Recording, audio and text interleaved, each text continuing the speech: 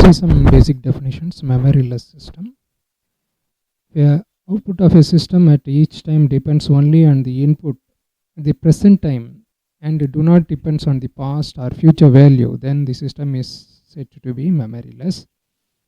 If the output y of t1 at given time t is equal to t1 depends only on x of t1 and not any other past or future time of values of x of t, then the system L is called memoryless system.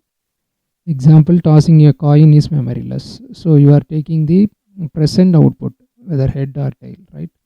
Any board game, if you are rolling a die, you are taking the present number on the rolled die. Based on that, you are moving the coins. So that is also memoryless. Then the time a storekeeper must wait before arrival of the next customer. So he is waiting for the next customer, right? So he cannot wait before or past, right? It is the present time, depend on the present time, right? Casual system. The output of the system depends on past and current input, but not future input. Then the system is called casual system. The output value of y of t at t is equal to t1 depends only on the past value of the input. Past value means time less than or equal to the present time. So t less than or equal to t1. Y of t1 is equal to a function of x of t, t less than or equal to t1. It's a casual system. Example, mobile phone ringing. So we are attending for the current call, but not for the call maybe happen on tomorrow, right? Not for the future. Now consider x of t, y of t is equal to x of t. So if you put t is equal to 1, it will give the present only. Output also, the output y of 1 is dependent on the x of 1, present value. So right? So it is casual. So now consider y of t is equal to x of t minus 1. So y of, if you are putting y of 2, t is equal to 2 is equal to 2 minus 1, 1. That is the past value. 2 minus 1 past value. So output is dependent on the past value, right? So it is a casual. Now if you are taking y of t is equal to x of t plus 1, see, when you put t is equal to 2, you will get x of 3. That is the future value. 3 is future, right? 2 is present, right? Is dependent on the future value. It is not casual, right? Now stable system. A system produce bounded outputs for all bounded inputs. If the input is bounded, that is limited, then the output also limited, then the system is called stable system.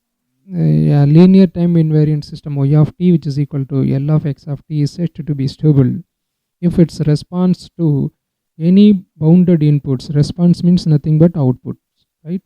Input bounded. If x of t modulus less than or equal to mu, mu is a constant, that means boundedness, right? X is bounded, that means is less than or equal to some value. So x is equal to 1, 2, 3. For example, if you are taking the sets, then the value of all the numbers in the set is less than or equal to 3 or less than 4, right? It is bounded. Then y of t is less than y of I. Y I is a constant independent of the input, right? Example, consider y of t is equal to x of t plus 1. Here if you are going to bounded value, if you are going to give bounded value of x of t, x is equal to 2, 3, 4, 5, whatever it is, then y of t also bounded, right? 3 plus 1, 4 plus 1, 5 plus 1. You can take less than or equal. Suppose if you are giving 5 to x of t, then y of t is equal to 5 plus 1, which is less than or equal to 10, you can say, right? X of t is equal to 4, then that is the example, y of t is equal to 4 plus 1. So the system is stable. Consider y of t is equal to sine x of t. So we know sine value is lies between minus 1 to plus 1, whatever x of t value, right? So maximum and minimum is there. So that is modulus x of t is less than or equal to 1.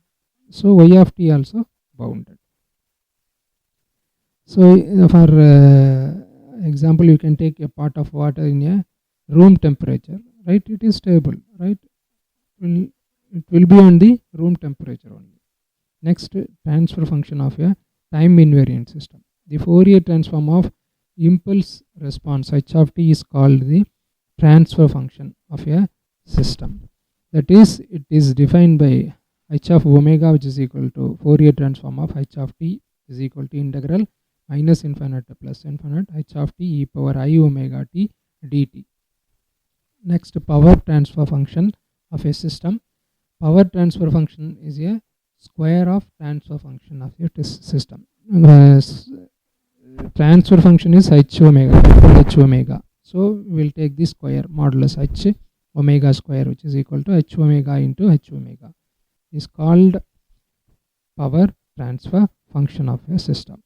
Thanks. We'll see in the next video.